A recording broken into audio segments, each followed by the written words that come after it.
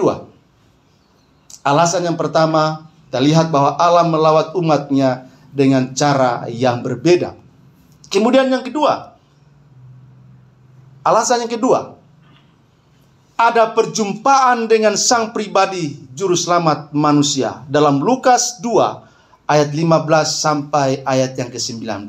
Dikatakan dalam ayat 15, setelah malaikat-malaikat itu meninggalkan mereka dan kembali ke surga, gembala-gembala itu berkata seorang kepada yang lain, marilah kita pergi ke Bethlehem untuk melihat apa yang terjadi di sana, seperti yang diberitahukan Tuhan kepada kita.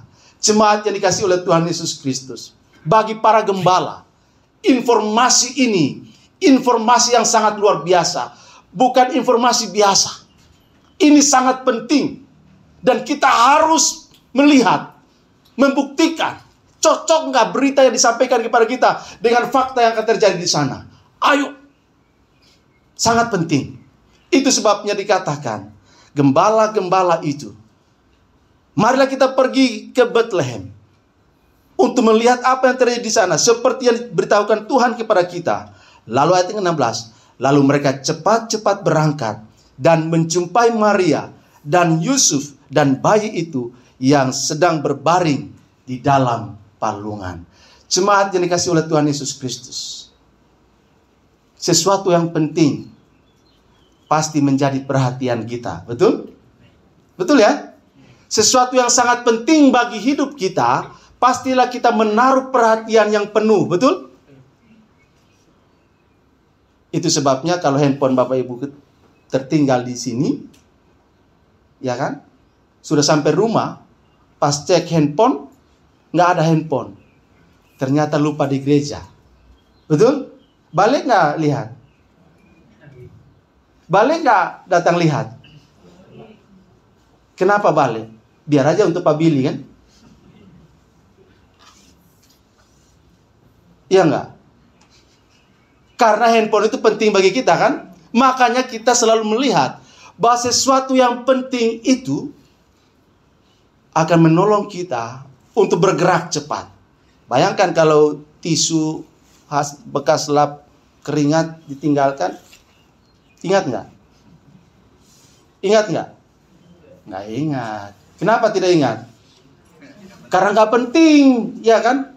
Ya nggak? Sesuatu yang nggak penting bagi kita tuh. Makanya yang penting itu selalu ada jalan keluar. Selalu ada jalan keluar. Tetapi yang nggak penting itu selalu ada apa? Selalu ada apa? Yang nggak penting selalu ada apa? Selalu ada alasan. Yang penting selalu ada jalan keluar buat kita. Kita perjuangkan sedemikian rupa supaya yang penting itu tetap kita dapatkan. Tapi yang nggak penting selalu ada apa? Alasan. Ayo melayani. Aduh Pak Pendeta, belum siap. Sekolah minggu butuh guru. Aduh Pak Pendeta, belum bisa. Ya kan? Selalu ada alasan. Untuk sesuatu bagi kita yang tidak terlalu penting, selalu ada alasan. Tapi sesuatu yang penting bagi kita, itu selalu ada jalan. Makanya para gembala ini tahu betul, walaupun mereka hidup di padang belantara, jarak padang dengan Bethlehem tentu tidak dekat. Belum ada Grab waktu itu. Belum ada kereta cepat juga. Dan mereka harus cepat-cepat. Artinya ini sangat genting. Ini sangat penting. Membutuhkan usaha yang serius. Mengerahkan semua daya dan kemampuan yang ada. Supaya mereka bisa dengan cepat tiba di tempat di mana yang sudah dikatakan oleh Tuhan kepada mereka. Makanya ayat 16. Lalu mereka cepat-cepat berangkat dan menjumpai Maria dan Yusuf dan bayi itu yang sedang terbaring di dalam palungan. Cepat-cepat. Tidak mau mereka menghabiskan waktu sedikit pun. Mereka harus berjuang, berusaha. Artinya ini posisinya sangat penting dan sangat kritis. Karena tidak tahu, jangan sampai mereka tidak punya kesempatan untuk berjumpa, untuk mengalami apa yang dikatakan oleh Tuhan kepada mereka. Mereka tidak mau menyia-nyiakan waktu mengulur-ngulur waktu. Tidak, walaupun mereka tahu pekerjaan mereka sangat penting, tapi ada yang lebih penting yang harus mereka lakukan, karena mereka pasti tidak punya kesempatan untuk melihat hal itu. Makanya mereka ambil posisi cepat, betul? Ya kan, beda dengan ibu-ibu diaspora kan.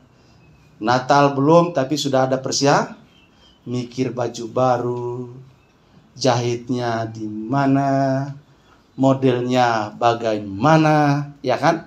Kalau bapak-bapaknya ya biasa aja. Ya bapak-bapak ya? Iya. Saya pakai baju baru nih Bapak Ibu, ya. Ini saya pakai baju baru, dasinya baru juga nih. Ya. Sedikit promosi. Karena saya sudah jarang pakai seperti ini. Karena saya nggak ada perubahan dalam pola pikir saya, sehingga sudah lama saya tidak pernah pakai baju kayak gini dengan dasi. Kalau Bapak Ibu perhatikan, sudah lama ada perubahan dalam cara berpikir saya. Tapi karena ini dikasih, ada seorang anak muda yang memberikan ini buat saya. Mamanya bilang sama saya, Pak Gembala, anak saya sudah dapat kerja. Puji Tuhan. Dan ini berbagi berkat dia. Gaji pertama, beli dasi dan baju baru buat Pak Gembala. Wah, terima kasih banyak. Itu anak muda loh. Ya, saya nggak usah sebut namanya lah. Inisial aja kali ya. Nggak usah juga dah. Kepo nih ya. Anak muda. Dia baru dapat pekerjaan. Dia dapat gaji pertama. Lalu dia beli dasi dan baju buat saya pakai hari ini. Sebenarnya saya harus pakai memang, supaya dia senang lihat saya pakai. Ada sepatu juga, tapi saya tidak pakai. Karena tadi malam saya pakai itu, dari kemarin itu saya pakai. Saya rasa agak nggak enak pakai sepatu kayak gitu di mimbar ini. Ya, itu saya nggak tahu yang lain. Tapi saya rasanya nggak enak banget gitu. Sepertinya saya sedang olahraga di mimbar ini. Makanya tadi dari rumah sudah pakai, tapi saya tukar di bawah. Karena tadi malam saya coba pakai itu di sini, nggak enak buat saya. Saya nggak tahu yang lain, tapi saya nggak enak. Harusnya saya kasih setuju sebenarnya sama jemaat. Tapi baju ini kan saya harus pakai, dan dasi ini, karena dasinya rohani juga sih, ada salibnya, ya kan? Dan terima kasih untuk jemaat yang sudah memberikan itu buat saya. Pulang dari Kalimantan dapat hadiah ini kan, dahsyat ya. Itulah upah pekerjaan dari Tuhan ya. Dan cepat-cepat, sedikit iklan sedikit ya. Mereka cepat-cepat. Dan apa yang terjadi? Dan ketika mereka melihatnya, melihat bayi itu, mereka memberitahukan apa yang telah dikatakan kepada mereka tentang anak itu. Dan semua orang yang mendengarnya heran tentang apa yang dikatakan gembala-gembala itu kepada mereka. Tetapi, perhatikan ayat 19. Tetapi Maria menyimpan segala perkara itu di mana? Di dalam hatinya dan apa? Merenungkannya. Tentu Maria sebagai tokoh yang sangat sentral dalam peristiwa ini. Ketika dia mendengar informasi yang disampaikan oleh para gembala, walaupun orang lain berpikir, ini gembala bisa nggak dipercaya kesaksian mereka, bisa nggak diterima, ini kan gembala yang tak ada artinya, secara sosial tidak ada pengaruhnya. Heran mereka mendengar keterangan dari gembala-gembala ini, karena bagi mereka saat itu gembala-gembala tidak bisa didengar. Itu sebabnya mereka bingung, heran, kok bisa mereka ngomong. Tapi Maria, perhatikan, Maria, dia tidak heran. Kenapa tidak heran? Karena sebelumnya dia sudah berjumpa dengan siapa? Malaikat Tuhan juga yang hadir kepada dia dan memberitahukan kepadanya bahwa dia akan menjadi ibu dari juru selamat itu. Dia berdialog panjang dengan malaikat itu. Dan lalu akhirnya malaikat bilang, bagi Allah tidak ada yang mustahil. Kemudian Maria bilang, sesungguhnya aku ini adalah hamba Tuhan. Jadilah padaku sesuai dengan perkataanmu itu. Itu sebelum peristiwa kelahiran. Sehingga bagi Maria informasi itu memberi penguatan bagi dia bahwa ternyata malaikat itu bukan saja datang kepada dirinya dan memberitahukan tentang berita penyelamatan, bahwa dirinya akan mengandung seorang anak yang akan menjadi juru selamat bagi dunia. Ternyata ada juga malaikat dari sorga, bala tentara sorga yang hadir kepada para gembala memberitahukan hal yang sama. Itu sebabnya mengkonfirmasi bagi Maria bahwa benar anak ini akan menjadi juru selamat dunia. Dia menyimpan itu dalam hatinya dan merenungkannya. Artinya dia mencoba untuk mengkonfirmasi ulang pengalaman rohani di masa sebelumnya, untuk mencocokkan itu. Walaupun bagi orang lain itu sesuatu yang aneh, tapi ini bagi Maria posisi yang sangat penting. Perjumpaan pribadi dengan Yesus Kristus itu membawa satu perubahan yang luar biasa bagi para gembala. Walaupun orang lain tidak mendengar kesaksian mereka, walaupun orang lain meragukan kebenaran dari keterangan mereka, tapi mereka tetap memberitakan apa yang mereka dengar dari Tuhan sebagai sebuah pengalaman yang real. Mereka tidak menahan itu. Kalaupun orang lain menolak pemberitaan mereka, tapi para gembala tetap memberitahukan bahwa ada harapan bagi manusia berdosa untuk dirubah hidupnya. Makanya Anda dan saya hari ini, kita tidak ketemu dengan Yesus seperti para gembala, betul? Tapi kita percaya bahwa firman itu ya dan amin. Dan kita menyambut itu dengan iman. Bahwa di dalam Kristus Yesus, Anda dan saya, yang tadinya hidup di bawah kutuk, tapi sekarang hidup di bawah kasih karunia. Karena iman. Karena itu jemaat yang dikasih oleh Tuhan Yesus Kristus, jadikan hatimu tempat untuk memikirkan tentang Allah dan janji-janjinya. Sehingga yang terakhir, yang ketiga, alasan memuji dan memuliakan Allah. Selain ada cara lawatan Allah yang berbeda, kemudian ada perjumpaan pribadi dengan Sang Mesias, Juru Selamat dunia. Yang terakhir, ayat yang ke-20. Maka kembalilah gembala-gembala itu sambil memuji dan memuliakan Allah, karena segala sesuatu yang mereka dengar dan mereka lihat, semuanya apa? Semuanya sesuai dengan apa? Dengan apa yang telah dikatakan kepada mereka. Jadi terakhir, alasan memuji dan memuliakan Allah, karena mereka mengalami janji Allah sebagai sebuah pengalaman rohani yang sangat membekas. Jemaat yang dikasihi oleh Tuhan Yesus Kristus, para gembala, mereka memuji dan memuliakan Allah, bahwa ternyata Allah itu tidak berdusta. Apa yang difirmankan oleh Allah itu ya dan amin. Apa yang dikatakan oleh Allah sebelumnya ternyata benar adanya. Itu sebabnya mereka punya alasan bahwa berita jaminan kepastian dari Allah itu layak dipegang janjinya, layak diterima dan layak dihidupi, layak diberitakan. Mereka menerima itu, dan pengalaman itu menginspirasi dan memotivasi mereka untuk terus menceritakan, dan hidup mereka selalu memuji dan memuliakan Allah. Walaupun secara sosial mereka tidak dianggap, tapi Allah menganggap mereka, sehingga mereka menjadi komunitas pertama yang mengalami apa yang dikatakan oleh Allah. Jemaat yang dikasihi oleh Tuhan Yesus Kristus, mari kita bersama para gembala selalu memegang janji Tuhan dalam hidup kita. Amin. Karena kita percaya janji firman itu ya dan amin. Dan sekali Allah berjanji, pasti Dia akan menggenapinya. Dan itu sudah tergenapi dan sedang digenapi dan akan digenapi. Semua isi Alkitab akan digenapi, akan disempurnakan. Karena itu dunia membutuhkan pemberitaan kita. Dunia membutuhkan kesaksian kita. Dunia membutuhkan keterangan dari kita tentang kepastian keselamatan dalam Yesus Kristus. Karena itu jemaat yang dikasihi oleh Tuhan Yesus Kristus, gunakanlah kesempatan yang ada untuk memberitakan Injil Yesus Kristus kepada manusia berdosa supaya mereka terselamatkan. Ada keluarga-keluarga mungkin yang belum sungguh-sungguh dalam Tuhan. Jangan tunggu dia masuk ke ICU baru suruh diberitakan. Itu sudah susah itu. Sudah susah. Karena itu selagi masih ada kesempatan, sampaikan, mau didengar, mau diterima atau tidak. tak masalah. Sampaikan terus. Jangan tunggu dia sudah di ruang ICU baru. Aduh, susah itu. Ya, saya bilang sama jemaat yang ketemu dengan saya bilang, sudah sulit untuk bicara kalau sudah dalam situasi kritis seperti itu.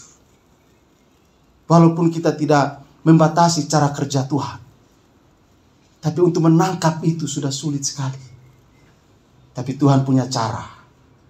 Kalau memang dia mau diselamatkan Tuhan punya cara. Karena itu, jangan tunggu situasi kritis. Gunakanlah kesempatan untuk berbagi dengan keluarga, bercerita dengan keluarga tentang pengalaman rohani dengan Tuhan yang mengubahkan hidup kita. Supaya demikian, orang juga akan tahu bahwa Yesus itu dahsyat dan luar biasa, mengubah hidup kita. Yang buruk menjadi baik, yang jahat itu menjadi baik. Amin. Dan biarlah momentum Natal ini membawa kita untuk selalu memuji dan memuliakan Tuhan. Karena cara Allah melawat kita beda-beda, dengan cara yang baru. Kemudian biarlah kita juga terus memuji dan memuliakan Allah, karena kita sudah mengalami perjumpaan dengan Dia. Dan pegang teguh janjinya dalam kehidupan kita. Karena sekali Tuhan janji, pasti Dia tidak akan pernah mengingkarinya. Dia akan genapi itu dalam hidup kita sebagai sebuah pembuktian bahwa Allah itu pribadi yang layak untuk kita percayai. Amin. Tuhan memberkati kita. Amin. Kita berdoa. Bapa di surga, kami bersyukur untuk firman-Mu di pagi ini. Mengingatkan kami sebagai umat yang sudah mengalami Engkau secara pribadi. Biarlah kami terus memuji dan memuliakan Engkau dalam seluruh gerak kehidupan kami, dalam semua musim kehidupan kami. Ajar kami untuk selalu memuji dan memuliakan Engkau. Tolong kami ya Tuhan, karena kami tahu dunia sulit, bahkan menolak pemberitaan kami. Tapi buat kami terus berani untuk menyatakannya, karena kami tahu tidak ada yang sia-sia ketika benih ilahi itu ditaburkan, benih ilahi diberitakan. Firman berkata, semua yang dari Tuhan tidak akan kembali dengan sia-sia. Tuhan tolong kami, pakailah hidup kami untuk menjadi alat saluran firman-Mu bagi banyak orang.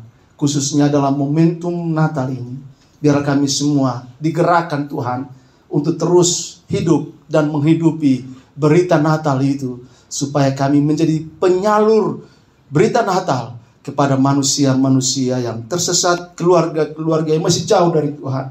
Dan biarlah mereka mengalami perjumpaan dengan Tuhan. Terima kasih Bapa di surga. Berkati semua jemaat Tuhan yang hadir di tempat ini maupun yang mengikuti secara online. Biarlah kami semua terus mengalami janji-janji Tuhan dalam hidup kami, lawatan Tuhan dalam hidup kami.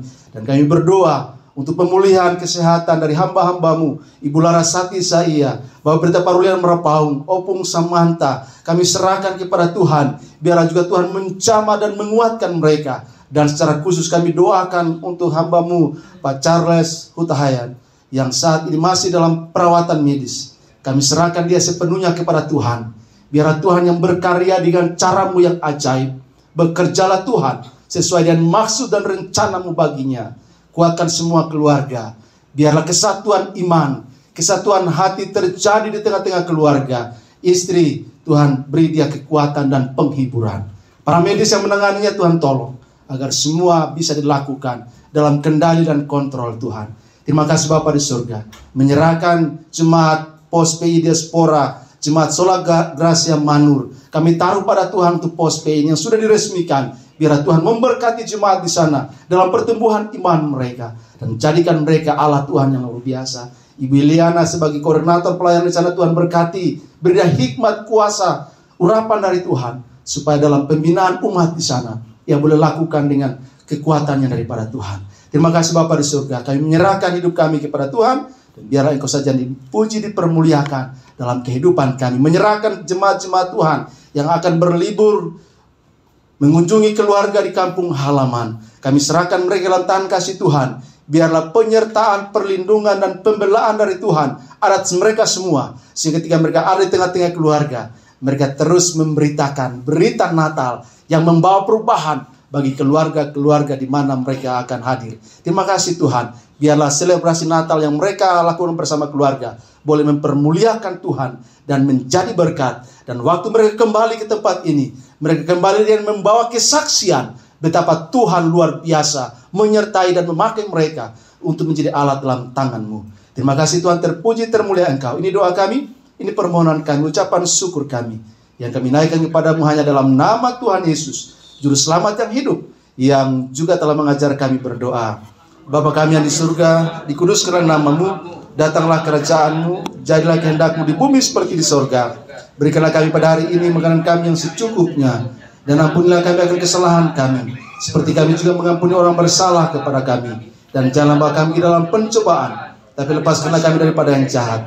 Karena Kau yang punya kerajaan, dan kuasa, dan kemuliaan, sampai selama-lamanya. Amin.